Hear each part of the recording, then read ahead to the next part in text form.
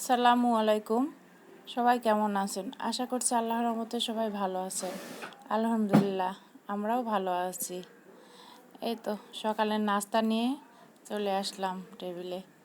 আজকের নাস্তায় ছিল ছিটা রুটি আর গরুর গোস্ত। গরুর গোস্তটা অবশ্য কালকে রাত্রে রান্না।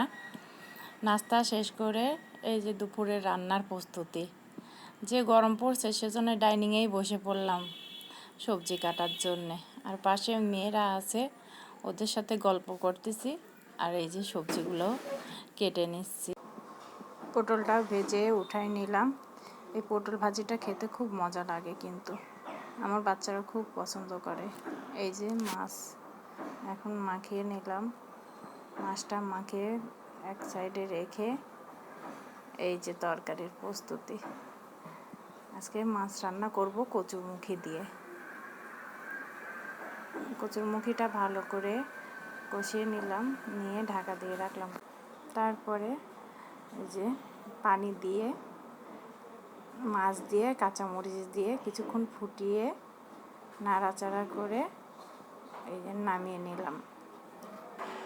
রান্না শেষ করে নিজেরা গোসল করে তারপর আবার খাওয়ার টেবিলে আসলাম। গোসলের আগেই সব খাবার রেডি করে রেখে গেছিলাম।